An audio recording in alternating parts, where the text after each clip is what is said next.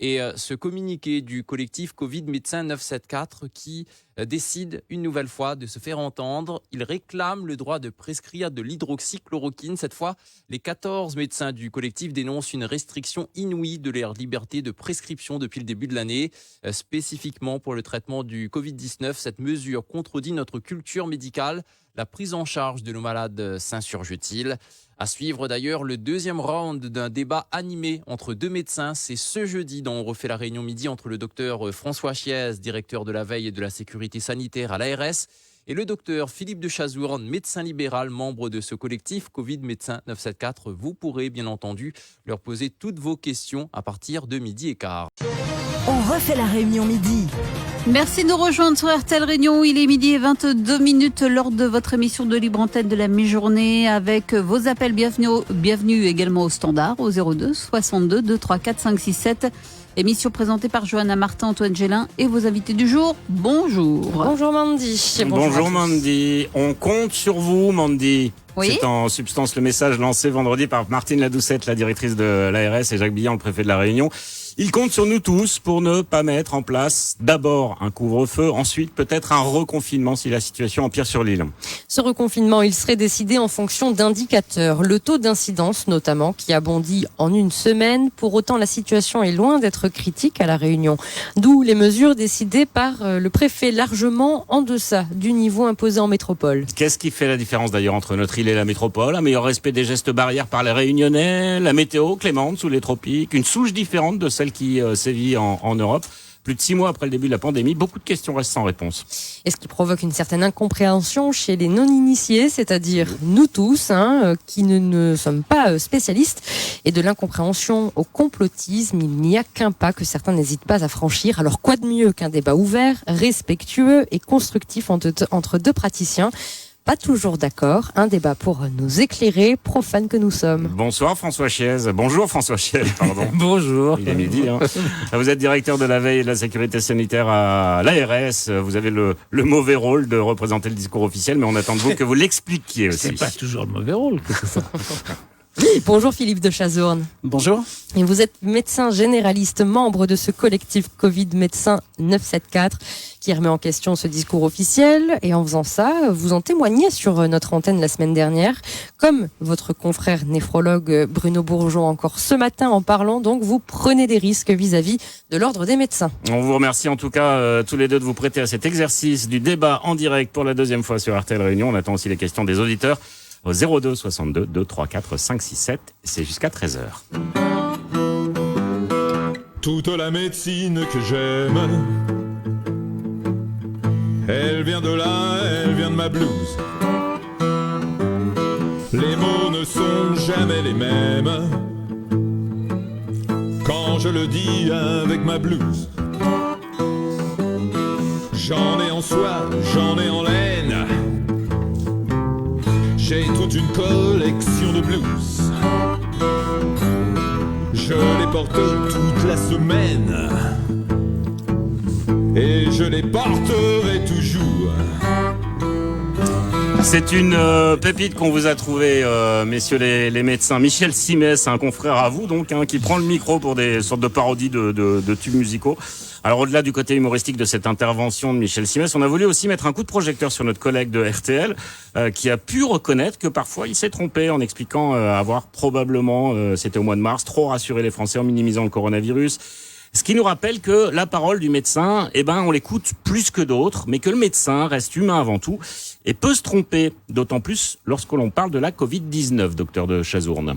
C'est une très bonne introduction. Je remercie beaucoup Michel Simès. Simplement, je voudrais savoir s'il avait cité l'article L4113 du Code santé publique où on doit déclarer ses conflits d'intérêts. Je pense que si déjà les médias demander à ces intervenants de diffuser les conflits d'intérêts, peut-être que Michel Simès serait moins intervenu. Alors on entre dans le vif du sujet, cet article L4... Alors je précise que je n'ai absolument aucun conflit d'intérêts, oui. Du coup. comme l'ensemble de collectifs Covid-19. J'allais citer votre communiqué de presse, article 4113-13 du Code de santé publique fait obligation aux membres de professions médicales qui s'expriment sur les produits de santé de faire une déclaration de leur lien avec les entreprises, les établissements et les organismes qui les produisent, les exploitent ou les conseillent. Ça, c'est l'article in extenso. Et vous rajoutez, ça tombe bien, nous au collectif, nous ne déclarons aucun lien d'intérêt avec ces entreprises. En est-il de même des membres du conseil scientifique local ou national? Nous sommes en droit de poser la question et vous la posez la question. Et on vous la pose, François Chiez.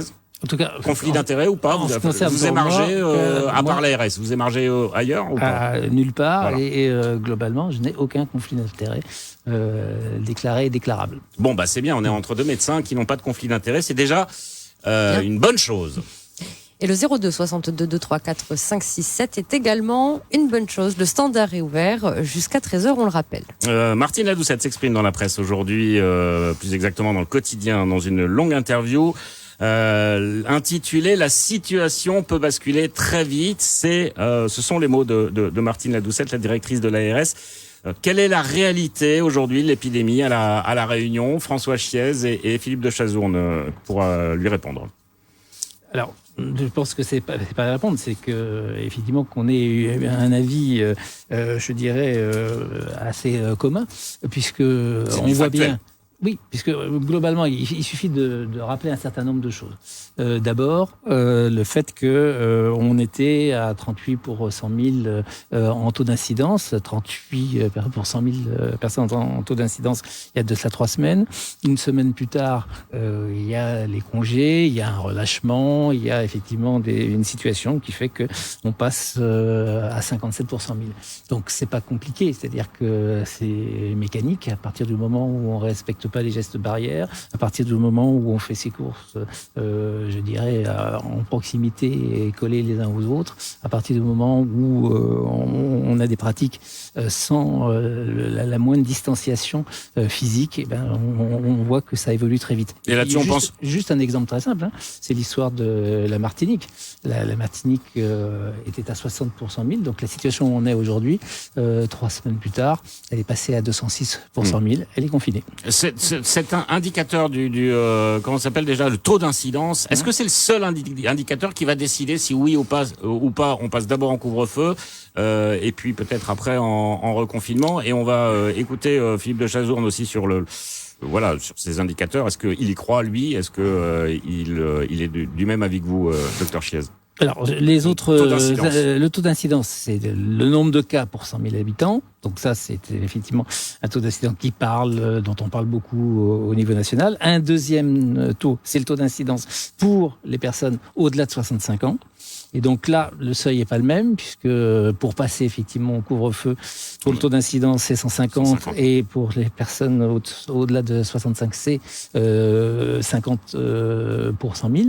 Et puis, c'est effectivement 25% des lits de réanimation qui seraient effectivement occupés. Donc c'est vraiment ces deux indicateurs, taux d'incidence et les deux taux d'incidence et le taux d'occupation. Ce que nous disait un auditeur fort justement ce matin, c'est que plus on fait de tests, plus on va découvrir de cas positifs.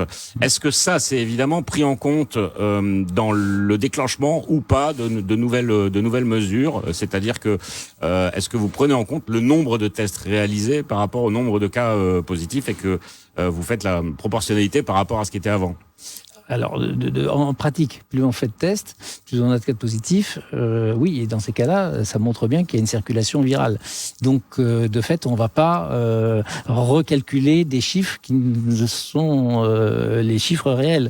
Donc, la question n'est pas là. L'important, c'est d'avoir un seuil de tests qu'on avait mis à 1700 par jour, qu'on puisse faire. On est un peu en deçà, mais on remonte. Docteur de Chazourne, pardon. Ces indicateurs, le taux d'incidence, est-ce qu'on peut avoir l'avis du médecin du collectif là-dessus? Même si j'espère qu'un jour M. Chiez rentrera dans notre collectif. On peut toujours espérer. Oui, je dis ça parce que vous avez quand même une pétition de 300 personnes où, quand on lit les noms, vous avez un ancien directeur d'ARH honoraire, directeur régional des affaires sociales et sanitaires. Je me dis que souvent les gens font des mea culpa quand ils n'ont plus de conflit d'intérêt avec leur propre hiérarchie, mais ça on peut pas dire l'inverse. Alors par rapport aux chiffres, moi j'ai une question à poser au docteur Chiez. Parlez bien devant le micro, monsieur de Chazourne. Oui, mais déjà vous êtes le fait de la distanciation microniale, le fait de prendre comme critère le taux d'incidence et le taux d'occupation. Ouais, alors j'espère qu'on va pas parler des chiffres. Moi, j'ai une question. Non, c'est surtout sur c'est une question fondamentale que je vais poser. Fondamentale. C'est quelqu'un qui est hospitalisé actuellement. ce soit en France ou ici, on lui fait son test Covid, il devient hospitalisé pour Covid. Cette personne va en réanimation, elle est en réanimation par Covid, ou elle va décéder par Covid. J'aimerais bien savoir si c'est ce que dit cette pétition des 300 chercheurs, des médecins universitaires, réanimateurs en France, c'est vrai ou c'est pas vrai. Parce qu'évidemment, si ça est vrai, ça remet en cause mais tous les chiffres qu'on peut dire. C'est ce que nous disait Bruno Bourgeon ce matin. Exactement. Une personne qui est greffé rénal. Voilà, qui est greffé rénal. Voilà, avec une angine, qui s'est retrouvée aux urgences. Alors que cette angine aurait pu être traitée par antibiotiques, alors je ne sais pas pourquoi. Parce qu'elle est greffée rénale, voilà, et elle est considérée comme Covid+, donc elle augmente les chiffres. Forcément, elle est hospitalisée. Donc c'est plus de la précaution finalement, mais de la précaution qui n'aboutit pas au... C'est pas exactement de la précaution. Je pense que ça fait partie d'une communication de plus en plus importante, pour lesquelles il y a des financements pour ça. Et je crois qu'il faut vraiment se rendre compte qu'il y a des vrais budgets pour faire de la com. Vous avez le SIG, le service d'information du gouvernement, qui a des budgets énormes, des millions d'euros, beaucoup plus que les autres années. Donc on en est à près de 2 millions d'euros de com. La com, c'est quoi? La com, c'est de faire des sondages, d'enquêtes d'opinion pour savoir ce que pensent les gens. En fonction de ce qu'on pense les gens, on va adapter notre communication, on va adapter notre stratégie, notamment au niveau des médias. Alors par exemple, bientôt, vous allez avoir la vaccination. La vaccination, les gens sont un peu réticents. Allez, un petit peu de com et on va faire montrer ce spot insupportable de cette femme qu'on voit à BFM TV, cette femme dans une réunion de famille et qui termine dans un service de réanimation. Donc ça, c'est de la com. Pourquoi on n'entend pas les médecins dans ce cas-là, les médecins hospitaliers là-dessus? Alors on en entend de plus en plus. On en entend de plus en plus. Sauf que le problème, c'est que ces médecins sont attaqués. Et que ça a commencé, la chasse aux sorcières a commencé. Vous avez le docteur Raoult qui porte plainte contre la NSM. La NSM, c'est l'Agence nationale de sécurité des médicaments. C'est pas rien la NSM, sauf que c'est pas rien. Sauf quand il est dirigé par quelqu'un qui visiblement a des conflits d'intérêts, ce qui était absolument, Monsieur Martin, et c'était absolument pas le cas de Monsieur Dominique Marinacci, quand même, que je connais bien, parce qu'il a participé ici, il a eu le courage de participer ici à notre journée de l'indépendance médicale. C'est ce Monsieur Dominique Marinacci, c'est un hématologue très connu, ancien donc de directeur de l'Agence du médicament, qui a été transformé en ANSM, et c'est lui qui avait mis en place les fameux RTU, vous savez, pour autoriser ces molécules qui, et donc il y aurait eu Monsieur Marinacci, la RTE pour l'hydroxychloroquine aurait été acceptée. Ce qu'a refusé Monsieur Martin. Autre personne célèbre, c'est Monsieur Arrousseau, quand même, qui est venu ici aussi à mon invitation, et c'était quand même ni plus ni rien le président de la Haute Autorité de Santé. Vous savez, l'organisme où est passée Madame Buzyn juste avant d'arriver au ministère. Donc ces gens-là, il y a énormément de scientifiques remettent en cause les chiffres officiels ou l'interprétation des chiffres officiels. Avant de prendre Elena, qui attend depuis quelques minutes au téléphone et qui voulait poser une question au docteur Chiez, justement, docteur Chiez, peut-être une réaction là-dessus. Est-ce que sur les hospitaliers, donc on met directement, on hospitalise quelqu'un, par exemple si c'est un greffé rénal qui attrape la Covid, c'est automatique, on l'hospitalise. Est-ce que c'est par précaution ou est-ce que c'est par communication, comme le dit le docteur de Chazourne? Ça va pas vous étonner. C'est par précaution par rapport à l'ensemble des soignants, à l'ensemble des autres patients. Mais du coup, ça augmente, ça gonfle les chiffres. Mais j'entends bien. Mais si ça gonfle les chiffres, de toute façon, ça veut dire que ce sont des patients qui sont positifs. Donc, ça participe effectivement de la réalité de la circulation si ce monsieur virale. qui a la greffe rénale et qui a une petite angine, donc assez peu symptomatique, donc qui n'a pas spécialement besoin d'être hospitalisé, pourquoi on l'hospitalise, si ce n'est pour faire gonfler les chiffres et arriver à un taux d'occupation qui soit inacceptable. Il est hospitalisé, manifestement, il est hospitalisé pour d'autres raisons. Absolument pas, non. Il a une angine, donc on a eu le témoin direct. Oui. Et surtout avec tout le problème des maladies iatrogènes qu'il y a dans un hôpital. Il n'y a pas plus de microbes que dans un hôpital. Ouais. Donc c'est ça la problématique. C'est ça la problématique de l'hospitalisation. Avec les maladies nosocomiales, ça, on est d'accord. Mais attendez, là on est sur des cas d'espèces qui, par rapport au nombre de malades Covid, ne me paraît pas être un sujet. Après, c'est votre réflexion, avec laquelle je ne suis pas d'accord, sur l'utilisation effectivement de la communication. Mais bon, ça c'est votre avis, c'est pas le mien. 0262 234 567 et nous prenons notre Elena première auditrice. Elena. Bonjour. Qui a une question à poser au docteur Chiez. Bonjour Elena. Bonjour, vous écoutez Elena. Bonjour madame. Oui, bonjour docteur. Oui, on se rend compte que la peur est un élément décisif dans les décisions qui sont prises, d'après ce qu'explique qu'est le docteur de Chazourne, et puis on s'en rend compte dans la rue partout. Et on est un peu inquiet à l'extérieur de voir qu'il y a une pensée unique qui s'applique, c'est-à-dire que tout le monde doit penser la même chose. En tout cas, pas chez sur nous, RTL, en tout cas. Mais allez-y. Ah non, justement, je félicite RTL. Je voulais le féliciter en début. Je l'ai pas fait, vous me donnez l'occasion de le faire. Mais d'autres médias aussi le font. Pour la qualité de son émission, de ses émissions. Vous parlez du taux d'incidence, mais vu de l'extérieur, j'ai l'impression que le taux d'incidence, il varie suivant la quantité de prélèvements qui vont être faits. Donc, non, en fait non. C'était ça l'objet de ma question au docteur Chiez il y a quelques minutes. Visiblement, non. Je n'ai pas bien compris. Non, parce que en fait, la situation risque d'être au contraire l'inverse. C'est-à-dire que plus vous faites des tests, certes, effectivement, on peut avoir plus de cas, mais surtout, on dilue le nombre de tests. Et donc, le rapport entre le nombre de tests et le nombre de tests positifs et le nombre de tests négatifs fait que, en fait, si vous faites 3000 tests, vous aurez probablement une proportion plus inférieure au fait que. Donc, effectivement, il faut pouvoir tester les personnes qui peuvent éventuellement présenter un risque, aller effectivement dans des zones où il y a la nécessité de faire un dépistage populationnel, mais en aucun cas vous allez avoir une augmentation artificielle. À partir du moment où un test positif, il est positif. Et plus des tests ciblés que des tests massifs. Hein. On est d'accord, contrairement à ce qu'un auditeur nous disait, Martine Ladoucette n'a pas dit vendredi de tester massivement toute la population. Ceci dit, elle a dit il faut cibler sur l'université, sur les voyageurs qui arrivent de Mayotte, sur les tests antigéniques, pourquoi pas ceux de métropole d'ailleurs. D'ailleurs, vous devriez normalement rencontrer les autorités aériennes concernant ces tests. Oui. Pour ceux qui viennent de métropole, c'est pas très compliqué, ils sont déjà testés avant d'arriver. Donc, et après, il y a un test qui est proposé. Donc ça, c'est la loi, recommandé. Et donc, 7 jours après avoir fait le test initial. Ce qui explique qu'elle ne parle que de Mayotte. Voilà. Donc c'est pour ça, sur le principe, effectivement, la possibilité sur Mayotte, mais c'est seulement une possibilité. C'est pas une obligation, la loi ne le permet pas. Docteur de Chazourne, sur ce que disait Elena, on va redonner la parole à Elena juste après, et puis après Laurent. Oui, juste pour la communication, c'est quand même un rapport de l'Assemblée nationale de Madame Laurent Saint-Martin. Donc c'est pas de Chazourne. Et simplement, moi, je voudrais aussi revenir sur le droit à la prescription, le fameux RTU. C'est étonnant parce qu'on a supprimé une molécule, qui s'appelle hydroxychloroquine, suite à un article sur Lancet qui 2 jours après a été enlevé parce qu'il était totalement bidonné.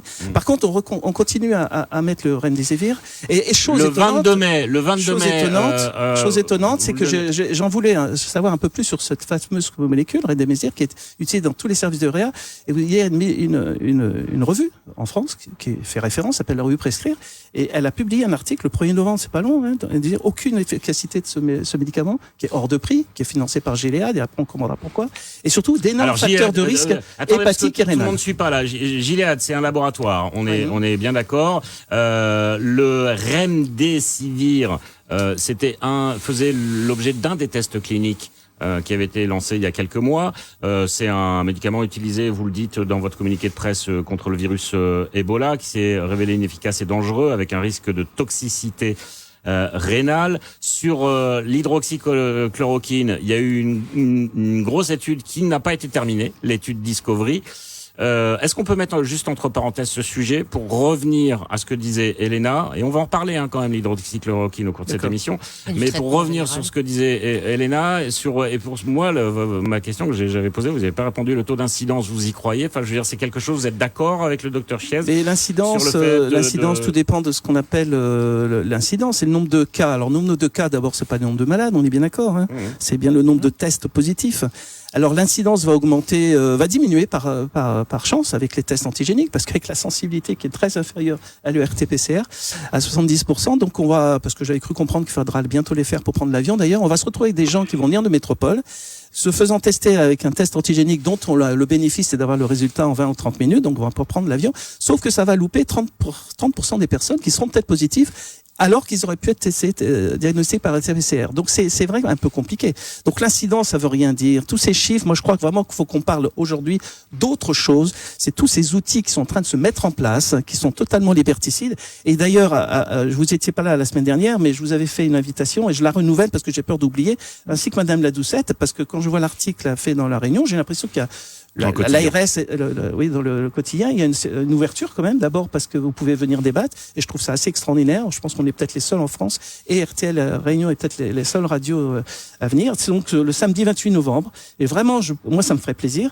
Vous allez avoir dans le cadre du festival du cinéma, à partir de 14h à la raffinerie de Savannah à Saint-Paul, il y aura un débat auquel je participerai sur la gestion Covid. Et ça sera un débat, mais totalement serein, totalement en prenant de la hauteur, justement sur ces outils de liberticides. Ces outils, c'est quoi? C'est les brigades cinétaires, c'est ces applications, c'est tout ce qui est en train de se dérouler sous nos pieds, et que je pense qu'on n'y fait pas attention, mais c'est l'avenir de la médecine de demain, et moi ça me fait peur. Le festival du film citoyen, on en reparlera sur RTL Réunion. On retourne au standard pour redonner quand même un petit peu la parole à Elena en une minute, et puis après enchaîner avec les autres auditeurs. Allez-y, Elena. Oui, parce que j'étais un peu frustrée. Bien sûr. En fait, quand on regarde le taux d'incidence, ça veut rien dire pour personne du grand public. Il y a quelque chose qui veut dire quelque chose, c'est le mot guérison. Et là-dessus, le docteur Chiez n'a jamais répondu. Comment est-ce qu'on peut employer le mot guérison par rapport au cas asymptomatiques, puisque tous les cas positifs ne seront pas des cas malades? Est-ce que ce n'est pas une tricherie? Non, c'est pas une tricherie, c'est que dans toutes les affections virales, et on parle pas du Covid, enfin, en général, vous avez une certaine part de personnes qui sont asymptomatiques. Donc on verra pas. Ce sera valable aussi pour. Mais si on est asymptomatique, est-ce qu'on peut guérir en gros, c'est une question de sémantique. Oui, mais c'est une question de sémantique. Mais c'est valable pour toutes les affections virales, que ce soit les hépatites, que ce soit, vous avez des gens qui sont asymptomatiques qui guérissent au bout d'un certain temps. Donc manifestement, la guérison pour la maladie Covid-19, c'est sans symptômes après avoir fait un test positif et pendant 7 jours et sans qu'il y ait le moindre symptôme qui apparaisse. Donc ça, c'est un cadre. Mais on utilise ce mot guérison pour des facilités de communication. Oui. Mais ça ne reflète pas exactement la réalité, puisque quand on est asymptomatique, je veux bien que tout soit communication, mais la communication, c'est aussi la capacité à parler, à expliquer, et donc c'est aussi le fait de dire qu'à un moment donné, les gens sont effectivement guéris, peuvent avoir des séquelles sur les tests, mais n'ont plus la circulation virale et n'ont pas de symptômes. C'est ça. Et donc quand vous annoncez qu'il y a tant de personnes guéries, c'est qu'en fait, c'est tant de personnes qui ne sont plus contaminées. Absolument. Voilà. Et effectivement, et les personnes asymptomatiques qui ne sont plus contagieuses. Voilà. Et bien sûr, vous avez raison sur le point. Il y a des personnes asymptomatiques qui sont passées au-dessous du radar, si vous me permettez l'expression, et qu'on n'aura pas à dépister. C'est une réalité. Merci Elena. Bonne journée. Je suis Au revoir. À bientôt, Elena. Au revoir. À très bientôt. Laurent, bonjour. Au revoir. Laurent, bonjour. Pardon pour cette attente. Non, mais il y a pas de mal. Mais de toute façon, on aurait pu le dire dès le début de cette émission, elle va encore être trop courte, hein, vous inquiétez pas. Donc c'est pas grave, on en fera d'autres avec les deux intervenants. Allez-y, Laurent. J'espère bien. Moi, je suis peut-être un peu bête, mais j'ai toujours pas compris la réponse à la question que posait l'auditrice précédente. Mais bon, il faut dire. Sur quoi? Sur la sémantique guérison, enfin personne guérie. Voilà, c'est une question. Voilà. Ça, c'est clair pourtant. Mais... Voilà. Pour vous, c'est clair, mais non. Pour les auditeurs, en tout cas l'auditeur que je suis, ça l'est pas. Et parce que une réponse doit être claire, mais bon, voilà.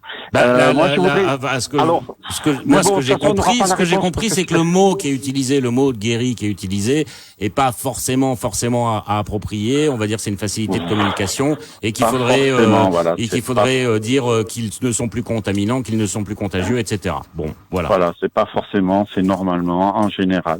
Mais vous vous posez pas la question pour toutes les autres maladies virales, et c'est la même chose. Ouais.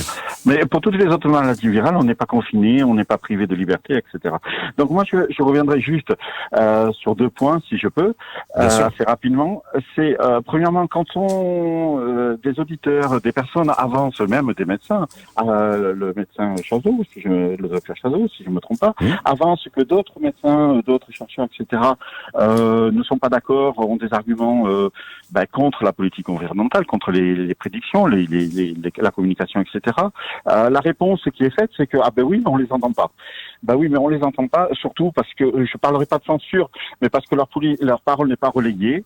Voilà, on relaye plus la parole des médecins avec des conflits d'intérêts et qui sont pro-gouvernementaux que les autres. Voilà, déjà ça c'est une chose. Et la deuxième chose, oui, bah, c'est mon avis. La deuxième chose. Après, on regarde pas tous forcément les mêmes médias. Hein. Ben, moi, j'écoute RTL et France Inter. Voilà, désolé de faire la pub pour une chaîne, une radio nationale. Voilà, j'écoute principalement ces deux, plus tous les alternatives qu'il y a sur les réseaux, sur les commentaires qu'il peut y avoir sur vos sites et sur les différents sites, Facebook, et pareil pour les autres. Deuxième chose. Et la deuxième chose, je suis désolé, franchement, je reviendrai encore sur ces masques, sur cette polémique de masques, où au mois de mars, c'était trop tôt pour en parler, c'était pas le moment pour en parler, mais en tout cas, il s'avère que l'ARS a contribué à distribuer des masques contaminants. Heureusement que la moisissure était verte parce que sinon on aurait eu une autre hécatombe. Voilà, et qu'on n'a toujours rien. Il y a toujours pas de procédure. Je ne comprends pas pourquoi les différents syndicats de médecins, d'infirmiers et tout ne portent pas plainte. Il y aurait largement de quoi. Pourquoi, et je vous propose, pourquoi ne pas faire une émission avec le médecin qui est là, qui représente l'ARS, soi-disant médecin, le directeur du CHU qui devrait être autorisé à enfin venir sur vos plateaux, et le rédacteur en chef d'Antenne Réunion qui était responsable de la communication, qui avait dit que le CHU avait communiqué comme quoi il n'avait jamais fait de contrôle sur ces masques. Donc pour enfin faire un point là-dessus, sur cette histoire, parce que pour l'instant, en tout cas à mon avis, je ne fais aucune confiance aux institutions que représente l'ARS et les autres, parce que quand on ment comme ça, on est capable de mentir sur tout. Merci beaucoup, Laurent. Et on le voit bien avec ces histoires de masques où les masques étaient interdits, étaient déconseillés pour les enfants, et maintenant ils sont obligatoires. Merci Laurent. Merci beaucoup pour votre intervention. Merci Laurent. Un mot là-dessus. Oui, moi je rappellerai juste ce qu'on en avait parlé, le tribunal administratif de Pau, de l'ordonnance du 2 septembre 2020 qui a fait un recours sur l'obligation de ce port de masque dans les lieux publics, et ils ont gagné. Donc il va y avoir pire qu'aux États-Unis, peut-être il y aura plein de recours de justice et dans les procès dans les mois à venir, en fonction notamment la responsabilité des autorités sanitaires qui donc ne donnent pas de protocole. On a quand même depuis 7 mois, on ne sait pas quoi donner nous en amont de l'hôpital. Quelqu'un qui a le Covid, qu'est-ce qu'on fait? On donne du paracétamol, c'est tout. Il n'y a pas de protocole. On n'a pas pu mettre en place un protocole avec la molécule que vous voulez, mais qu'on essaye des choses. Deux choses, juste. Laurent disait, il n'y a pas eu de plainte suite à ces histoires de masques moisis. Est-ce que vous les... Oui, on va pas revenir. Moi, j'attaquerai pas l'ARS. Je vais vous dire pourquoi. D'abord, ils sont gentils de venir. et puis surtout, mettez-vous à leur place. Enfin, je veux dire, ils ont été pris dans une espèce d'engrenage de délirants dont ils ne sont pas les responsables. Donc, ils sont pas tous les jours dans les sous-sols de l'ARS, j'imagine. La gestion, elle a été, à mon avis, défectueuse au niveau national. Et deuxième chose à préciser quand même, le collectif que vous représentez n'est pas anti-masque. Il faut pas qu'il y ait un amalgame entre le mouvement anti-masque à La Réunion, qui est un peu confidentiel, on va dire, et le collectif que vous absolument, c'est pour ça, Madame Ladoucette qui dit ceux qui sont anti-masque, on n'est pas anti-masque, on n'est pas anti-vaccin, on a simplement un argumentaire devant les masques à l'extérieur. Est-ce que à l'intérieur, d'ailleurs, j'ai enlevé mon masque depuis la semaine dernière, tout simplement parce qu'il y avait un patient Covid+, donc j'avais été testé, donc par respect, et je vois que Monsieur Chies garde son masque. Vous l'aviez pas sur ni Antenne Réunion, sur le JT, ni à Réunion Première. Mais peut-être qu'ici c'est plus confiné, ou l'aération est moins bonne. C'est un peu une boutade. Non, c'est pas une boutade, c'est une réalité, puisque on n'est pas sur les mêmes distances. Ah d'accord. Et donc mais pas sur les mêmes durées. C'est-à-dire que quand j'interviens effectivement pendant 5 minutes et à partir du moment où on est à plus de 4 mètres, là effectivement on n'a pas de raison de les mettre. On revient sur l'hydroxychloroquine. Oui, c'est ça, exactement. Je me permets de revenir sur ce sujet. Et puis après on va prendre Jean-Marie et Jean au téléphone. Le collectif que vous représentez, Philippe de Chazourne, estime que les médecins généralistes ont une expertise pour pouvoir peut-être affiner aussi les différents diagnostics autour de la Covid. Vous plaidez finalement pour que pour pouvoir soigner les patients au Covid. Vous en recevez très très peu. François Chaise, qu'est-ce que vous pensez de ça? Est-ce que les médecins généralistes n'ont pas un rôle à jouer afin d'affiner finalement les prises en charge pour éviter peut-être des hospitalisations qui seraient inutiles? Pour d'autres affections, en particulier une affection que j'ai suivie depuis le début, comme la maladie VIH, on avait bien sûr des collectifs à la fois hospitaliers, à la fois des médecins de ville, et donc on a travaillé en commun. Il n'y a aucune raison qu'un travail ne puisse pas se faire effectivement en commun.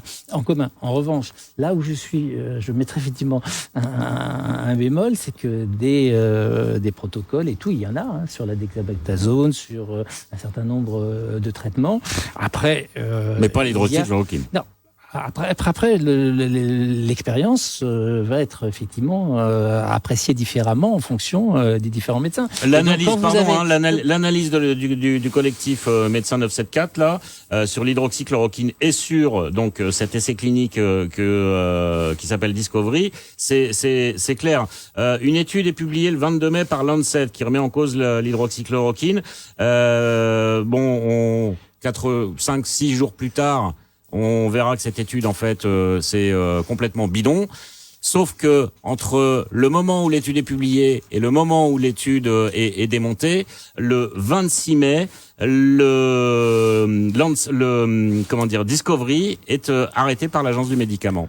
Oui, on en saura plus parce qu'il y a une plainte officielle contre l'ANSM pour ça. Donc tout cela est tellement clair. Mais si vous voulez, c'est clair, mais pas forcément depuis le Covid. Et vous militez pour l'hydroxychloroquine? Je milite pour rien. Je milite parce que j'ai défendu les gens du Mediator avec Irène Frachon. Je milite pour l'absence de conflit d'intérêts en médecine. J'ai pas commencé avec le crise Covid. Ça, on me connaît, ça fait 30 ans que je suis dedans.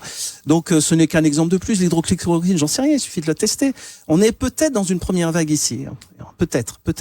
C'est quand même un sacré milieu extraordinaire pour tester quelque chose, randomisé. Donc on le fait pas, ça fait quand même 8 mois qu'on est dessus, quoi. Oui, mais attendez, ça a été fait. Mais non, ça n'a pas été fait. Il n'y a pas que Lancet. Non, mais à La Réunion. Mais j'en sens, mais il n'y a pas que La Réunion. Pour nous, c'est la première vague. On fait de la recherche au niveau international. D'autres études sur l'hydroxychloroquine et ses associations ont été faites et ont montré effectivement, en dehors de l'article du Lancet, que ça n'était pas efficient. Donc, à un moment donné, ça dépend effectivement des études que l'on lit. Et donc sur le sujet, je ne pense pas. Aujourd'hui, on voit que la pratique au niveau hospitalier s'est beaucoup affinée. On voit que les durées d'hospitalisation sont plus courtes, qu'on voit que les atteintes pulmonaires sont prises en charge beaucoup plus rapidement. Que les gens d'autres traitements sont moins Margie Sud nous disait le fait d'intuber des malades, c'était gravissime pour elle. Bien sûr. Manifestement, il y a une réflexion et maintenant on intube beaucoup moins. C'est clair. On part au standard où il y a deux personnes. On a Jean-Marie en ligne. Ouais. Bonjour. Jean-Marie, on écoute votre question. Il nous reste moins de 5 minutes. Oui. Et après, il y aura Jean, si on arrive à le. Assez court, s'il vous plaît. Mes questions rejoignent un petit peu le débat qui vient d'avoir lieu. D'une part, le constat depuis 6 mois. On renvoie les gens qui ont été testés positifs chez eux tranquillement avec une boîte de Doliprane et en espérant qu'ils n'accutissent pas. On pourrait peut-être proposer autre chose puisque dès qu'ils ont atteint l'hôpital, on les met réellement sous un traitement, qu'il soit corticoïde, héparine de bois moléculaire ou antibiotique. Est-ce qu'on ne pourrait pas anticiper et prévoir avant, quand ils sont chez eux? Avec le réseau des médecins généralistes. Ça signifie aussi de laisser, là je m'adresse au docteur Chiez, la liberté de prescription au médecin. Le médecin a un diplôme, il n'a pas à se soumettre à des pouvoirs politiques ou à des pouvoirs de conseil scientifique, parce que où va-t-on s'arrêter? Demain, pour une rougeole, on lui dira il peut pas faire ça ou ça parce que c'est pas assez cher ou pas. Il pourra pas traiter un lupus, il pourra pas traiter une insuffisance rénale parce que le pouvoir politique lui interdira de prescrire ça ou ça.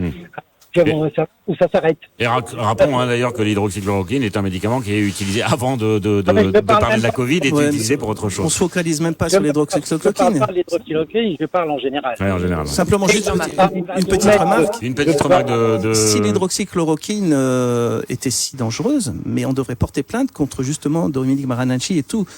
Ceux qui l'ont précédé à l'ANSM pour mise en danger d'autrui, parce que c'était quand même un médicament prescrit sans ordonnance quand même jusqu'en janvier 2020.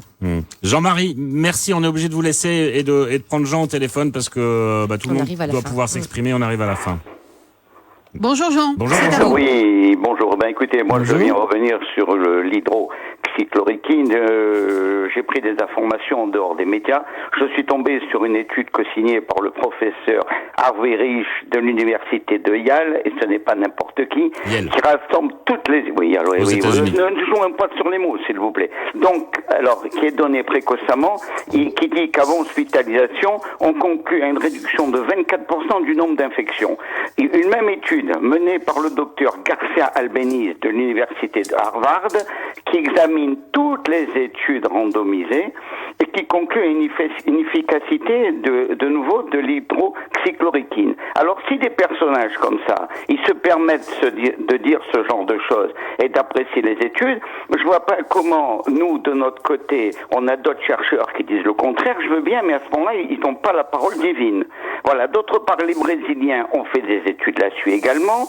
On interdit aux médecins généralistes, alors ça je l'entends tous les jours et je le sais parce que moi-même j'ai posé la question à des médecins généralistes que je connais, de prescrire largement ce médicament. D'autre part, on sait très bien qu'à l'IHU de Marseille, ils ont associé l'hydroxychloroquine avec du zinc. Alors pourquoi on ne le fait pas ? Pourquoi on ne met pas toutes les chances de notre côté pour sauver les gens ? On nous annonce merci qu'il va y avoir... merci Jean, pardon. On va devoir conclure, merci. On aimerait bien donner le dernier mot à Philippe de Chazourne et Dr Chiez. Pour compléter ce que dit ce monsieur, il faut quand même voir que dans les EHPAD dans le sud de la France, il semblerait, et c'est une publication qui est en cours, ça y est, elle va bientôt être publiée dans un journal prestigieux anglophone d'infectiologie, c'est quand même que ce n'est plus malheureusement une revue de référence, deux fois moins de morts dans les EHPAD parce qu'ils ont été traités par hydroxychloroquine que les autres. Il va falloir que les autorités sanitaires prennent ça en considération, sinon ça va être terrible pour eux. Et pourquoi est-ce qu'en Allemagne, qui ont donné des millions de doses, pourquoi il y a eu moins de cas sévères ? On peut se poser la question aussi, parce qu'ils ont utilisé énormément hydroxychloroquine, azithromycine. D'ailleurs, vous le dites dans votre communiqué, l'Allemagne a commandé des centaines de milliers de doses d'hydroxychloroquine en février-mars dernier. Docteur Chiez, là-dessus.